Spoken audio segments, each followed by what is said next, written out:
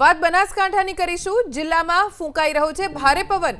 લાખણી, દિયોદર, ધાનેરામાં ધૂળની ડમરીઓ ઉડી। દાંતીવાડા, ડીસા સહિતના વિસ્તારમાં ભારે પવન ફૂંકાયો છે। 20 કિલોમીટર પ્રતિ કલાકની ઝડપે પવન ફૂંકાઈ રહ્યો છે। હવામાન વિભાગની પણ આગાહી છે કે બનાસકાંઠાના કેટલાક વિસ્તારમાં વરસાદ વરસી શકે છે।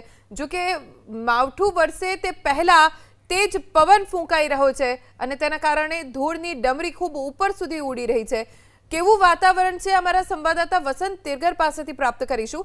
વસંત, બનાસકાંઠા જિલ્લામાં કેવું વાતાવરણ? ઘણી મહત્વની વાત છે કે ભારે પવન હાલ ફૂંકાઈ રહ્યો છે। સાથે સાથે પ્રતિ કલાકે 20 કિલોમીટરની પ્રતિ કલાકે પવન હાલ ફૂંકાઈ રહ્યો છે। મહત્વની વાત છે કે વાવથરા જિલ્લો સહિત લાખણી, દિયોદર, ધાનેરા, ડીસા સહિતના વિસ્તારોમાં હાલ ભારે પવન સાથે પવનના સુસવાટા જોવા મળી રહ્યા છે।